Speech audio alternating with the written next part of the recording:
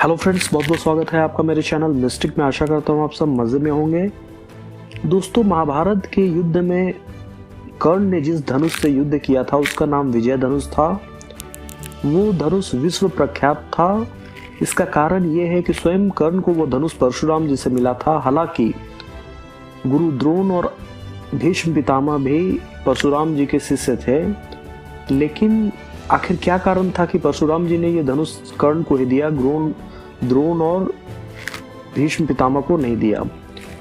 इस कारण को जानने से पहले आइए हम जानने की कोशिश करते हैं आखिर वो क्या विशेषता थी, वो क्या खासियत थी जो विजय धनुष को इतना भयंकर बना देता था जिससे कोई भी योद्धा थर्राता था। मित्रों, विजय धनुष एक ऐसा धनुष था जो किसी भी प्रकार के अस्त्र या शस्त्र से खंडित नहीं हो सकता था। इससे तीर छूटते ही भयानक ध्वनि उत्पन्न होती थी। विजय धनुष मंत्रों से इस प्रकार अभिमंत्रित था कि वह जिस भी योद्धा के हाथ में होता था उस योद्धा के चारों तरफ एक ऐसा अभेद्य घेरा बना देता था जिसे कोई दिव्यास्त्र भी नहीं भेद सकता था। मंत्रों से अभिमंत्रित होने के कारण विजय धनुष पर किसी भी बाण को रखकर चलाया जाता था, उसकी ताकत उसकी वास्तविक ताकत से कई गुना बढ़ जाती थी। विजय धनुष की प्रत्यंचा इतनी मजबूत थी कि उसे दुनिया के किसी भी अस्त्र शस्त्र से नहीं काटा जा सकता था। इस धनुष का निर्माण विश्वकर्मा ने तारकासुर के 3 पुत्रों की नगरी त्रिपुरा का विनाश करने के लिए किया था। इसी धनुष से भगवान शिव ने अपना पाशुपतास्त्र चलाकर तीनों पुरियों को एक साथ विध्वंस किया था।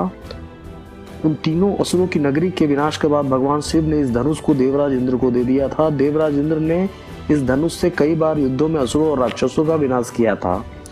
बाद में परशुराम ने है वंशी क्षत्रियों के विनाश के लिए भगवान शंकर की तपस्या किया, तो प्रसन्न होकर भगवान शंकर ने यह धनुष परशुराम जी को दिया। बाद में परशुराम ने यह विजय धनुष कर्ण को प्रदान किया। धनुष हाथ में लेते हुए कर्ण युद्ध में अजेय था। तो मित्रों, विजय धनुष की सारी विशेषताओं के बारे में आपने जाना। इसे खंडित करना, इसकी प्रत्यंचा को काटना बिल्कुल असंभव था, और जो भी इस युद्ध के साथ, इस धनुष के साथ युद्ध करता था वो अजय होता था। अब इस बात का ये कितना ज़्यादा महत्वपूर्ण है, इस बात का अंदाज़ा आप इसी से लगा सकते हैं। विजय धनुष को सबसे पहले स्वयं महादेव ने यूज़ किया था और सबसे अंत में ये कर्ण के पास आया। अब सवाल ये उठता है कि भीष्म, जो कि कहा जाता है प्रिय शिष्य थे, सबसे प्रिय शिष्य थे परशुराम जी के, या फिर द्रोणाचार्य हो गए, उन दोनों को छोड़कर कर्ण, जो उन दोनों से आयु में बहुत छोटे थे, उनको परशुराम जी ने ये विजय धनुष क्यों दिया? मित्रों, आप सभी जानते होंगे कि परशुराम जी ने कर्ण को श्राप दिया था।